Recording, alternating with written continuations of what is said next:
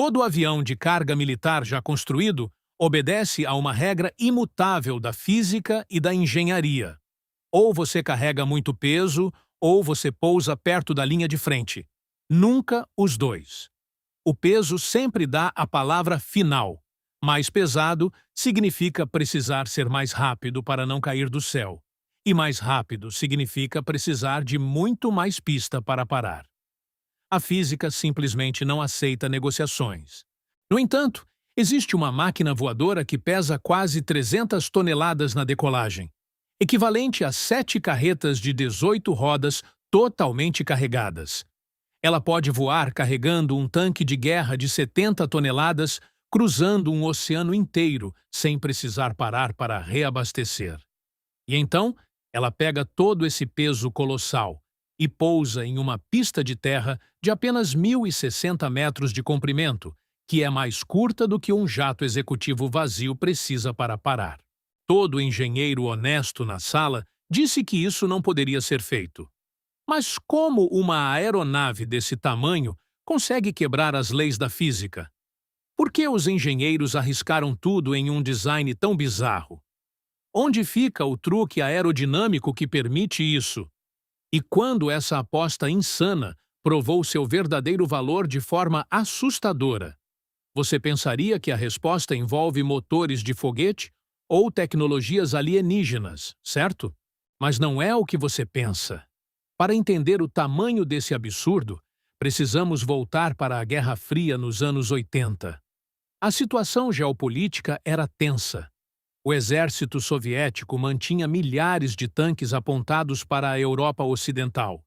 E a Força Aérea dos Estados Unidos tinha um pesadelo logístico nas mãos. Se a guerra estourasse, eles precisariam levar blindados pesados através do Atlântico em questão de horas. A ameaça inimiga era colossal, com mais de 50 mil blindados do Pacto de Varsóvia prontos para avançar. Na época, os americanos tinham duas opções, e ambas eram problemáticas. De um lado, o C-5 Galaxy, o maior avião de carga do mundo ocidental. Ele era gigante, capaz de engolir um tanque Abrams inteiro, mas precisava de quase 2.500 metros de concreto puro e reforçado para pousar, além de toda a infraestrutura de uma base aérea estabelecida. Do outro lado, o C-130 Hércules, um avião tático robusto que podia pousar em qualquer lugar, na terra, no gelo, numa rodovia esburacada. O problema? Ele não conseguia levantar um tanque de guerra, nem de perto. Tentaram resolver isso com o C-141 Starlifter, mas ele fracassou nas duas pontas, tinha pouca carga útil para os tanques mais modernos e ainda precisava de muita pista. Mas antes de continuar, me conta nos comentários. Você já viajou em um avião de grande porte e sentiu o impacto daquela frenagem forte na pista? Deixa aí embaixo. Voltando para a prancheta, os militares entregaram um desafio impossível para a Boeing. O novo avião precisava carregar 77.500 quilos, pousar em uma pista de terra de 1.060 metros de comprimento por apenas 27 metros de largura, e ainda conseguir decolar do mesmo lugar. Sem pressão, né? A solução encontrada foi uma das maiores bizarrices da engenharia aeronáutica moderna. No centro do C-17 Globemaster III estava o conceito de sustentação gerada por força bruta. Os engenheiros perceberam que para pousar curto, o avião precisava chegar incrivelmente devagar. Isso significava que eles precisavam de uma forma de gerar sustentação artificial, ou a aeronave simplesmente cairia como uma pedra de 300 toneladas. O resultado foi o uso de algo chamado flap soprado externamente. Veja bem, um jato comercial desse tamanho se aproxima da pista a uns 268 km por hora. O C-17 se aproxima a apenas 213 km por hora. Essa diferença de 20% na velocidade corta quase 40% da energia cinética que os freios precisariam dissipar. Mas voar tão devagar com tanto peso é a receita perfeita para um stall catastrófico. Para evitar isso, A Boeing posicionou os 4 motores Pratt e Whitney F-117 estrategicamente. Quando os pilotos baixam os flaps enormes na parte de trás da asa, eles não ficam apenas pendurados no vento. Eles descem diretamente no caminho do jato de exaustão dos motores, que produzem impressionantes 18.300 quilos de empuxo cada um. O ar quente e violentamente rápido bate nos flaps de titânio e é desviado para baixo. Isso transforma o empuxo, que empurraria o avião para frente, em sustentação pura, que o empurra para cima, enquanto o fluxo de ar de alta energia gruda na asa, impedindo que ela perca a sustentação. É como usar o motor de um carro não para acelerar, mas para fazer o carro levitar antes de bater no muro. Mas havia um problema. Na verdade, vários. Mas ter os motores soprando diretamente nas partes móveis da asa criou um grande problema de desgaste térmico e estresse estrutural. Os gases de exaustão dos motores saem a temperaturas absurdamente altas, e banhar as asas nessas chamas invisíveis durante cada aproximação destrói o metal lentamente. Até os engenheiros desenvolverem ligas de titânio específicas e painéis resistentes ao calor, o estresse térmico era incontrolável, causando uma taxa de falhas prematuras que assustava o Pentágono. Além disso, a aerodinâmica exigida para fazer esse truque criava um arrasto enorme em voo de cruzeiro. O nariz largo e a fuselagem atarracada faziam o avião queimar combustível muito mais rápido que um jato comercial do mesmo tamanho. Um engenheiro-chefe da época chegou a relatar que tentar fazer o C-17 ser eficiente em voo reto e nivelado era como tentar fazer um tijolo deslizar pelo ar com a graça de um falcão. Se as asas perdessem aquele fluxo de ar milimétrico durante uma aproximação lenta, o stall resultante causaria um desastre fatal, derrubando 300 toneladas de aço e combustível antes mesmo de tocar a pista.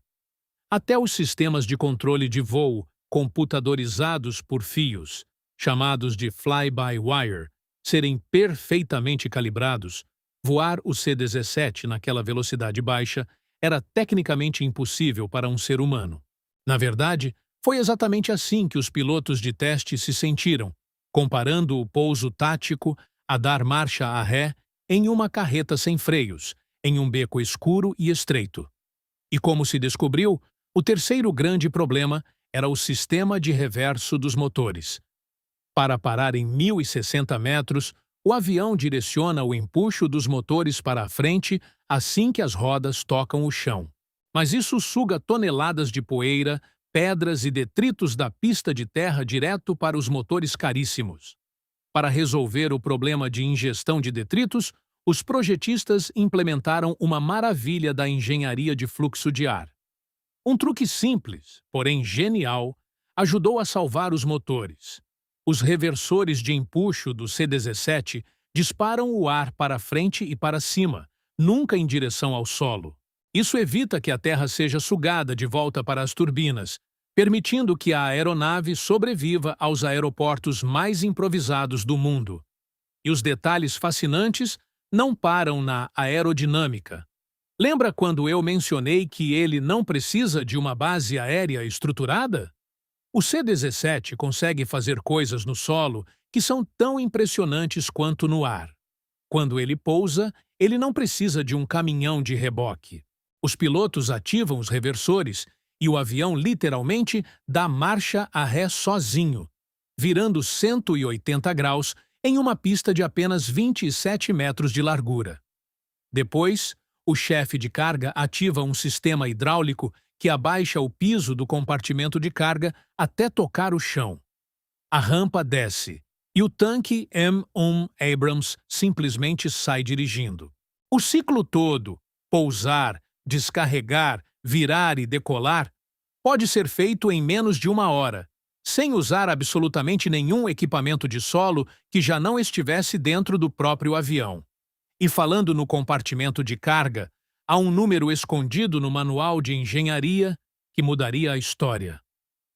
Os engenheiros da Boeing construíram o C-17 com um fator de segurança estrutural de 1.5. Isso significa que cada peça que suporta peso foi projetada para aguentar 50% a mais de carga do que o limite máximo oficial sem quebrar. Eles fizeram isso porque aeronaves militares não são desenhadas para o dia normal. Elas são desenhadas para o dia em que o inferno acontece. E esse dia chegou, trazendo consigo uma ironia profunda. Ironicamente, essa capacidade central de transportar blindados em pistas curtas de terra sob fogo cruzado contra os soviéticos nunca foi usada como planejado. A Guerra Fria acabou sem que nenhum C-17 lançasse um tanque em combate direto na Europa. Pode parecer um desperdício de bilhões de dólares e décadas de pesquisa, até você perceber que a máquina havia sido desenhada para o estresse extremo, o que a transformou no melhor salva-vidas da história da aviação. É exatamente por isso que, no dia 15 de agosto de 2021, a história desse avião mudou para sempre. O Talibã havia tomado Cabul, no Afeganistão, e o aeroporto internacional Hamid Karzai era a única saída. Na pista estava um C-17 com o indicativo de chamada Reach 871.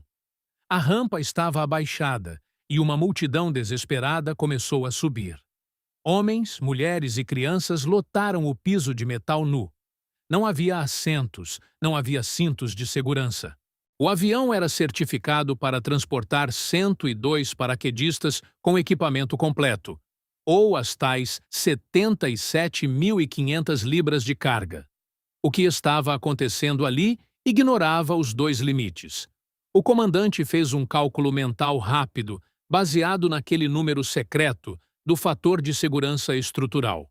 Ele estimou que as pessoas a bordo pesavam em torno de 55.700 quilos, bem abaixo do teto de carga e ainda mais distante do limite de colapso estrutural. Parece loucura levantar voo com centenas de pessoas soltas no porão, até você perceber que a matemática dos engenheiros dos anos 80 garantia que o piso aguentaria. O voo Reach 87 decolou sob tensão extrema. Quando chegaram ao destino, a primeira contagem apontou 640 pessoas. Mas, ao descerem, o número real chocou o mundo. 823 passageiros. 183 crianças viajavam sentadas no colo de seus pais e nunca haviam sido contadas no manifesto improvisado. Nenhum avião na história havia tirado tantas pessoas do perigo em um único voo daquela maneira. Esse não foi um caso isolado. Durante 17 dias, a Operação Alice Refuge movimentou aproximadamente 124 mil pessoas para fora de Cabul, a maior evacuação de não combatentes da história da Força Aérea. Os C-17 fizeram a ponte aérea sem parar. O que começou como um cargueiro tático pesado de guerra se transformou na espinha dorsal da ajuda humanitária e evacuação global. Hoje, mais de 220 deles voam com as marcações da Força Aérea dos Estados Unidos, e dezenas de outros operam para nações aliadas, como Reino Unido, Austrália, Índia e Emirados Árabes Unidos. Mas a realidade atual é sombria. A Boeing encerrou a linha de produção em 2015. Não existe um substituto no papel que possa fazer exatamente o que ele faz. A frota precisará voar até por volta de 2075, acumulando quase um século de serviço para o projeto original. E o cenário de ameaças mudou drasticamente. O C-17 tem uma assinatura de radar do tamanho de um celeiro voador. Ele é um alvo gigantesco cruzando o céu em uma era de mísseis hipersônicos de precisão. Os militares precisam decidir como transportar cargas para as frentes de batalha do futuro, quando o céu já não for um território seguro. O Globemaster III é a prova viva de que a engenharia pode distorcer as regras da física, pelo menos até certo ponto. Ao focar todo o poder de empuxo de quase 73 mil quilos para criar sustentação em baixas velocidades, os projetistas sacrificaram dezenas de milhares de quilos de carga útil, mas ganharam o mundo inteiro em flexibilidade operacional. É um avião que fundiu dois mundos impossíveis: a força bruta de um cargueiro estratégico com a agilidade de pouso de um jipe tático nas piores pistas de terra do planeta. No fim, o maior paradoxo desse gigante de alumínio e titânio é que ele foi concebido para entregar a máquina de guerra mais letal do mundo na porta do inimigo, mas será eternamente lembrado pelo dia em que se recusou a fechar suas portas, salvando centenas de refugiados desesperados no chão duro de seu porão. O avião é apenas um reflexo do limite da criatividade humana trabalhando sob pressão absurda. E aí, o que você achou dessa história? Deixa seu like se você não sabia sobre a matemática maluca por trás do voo de Cabul. Se inscreve no canal para mais histórias incríveis sobre aviação e engenharia militar. E comenta aí embaixo qual outro avião militar tem uma história secreta que você quer ver aqui. Até a próxima!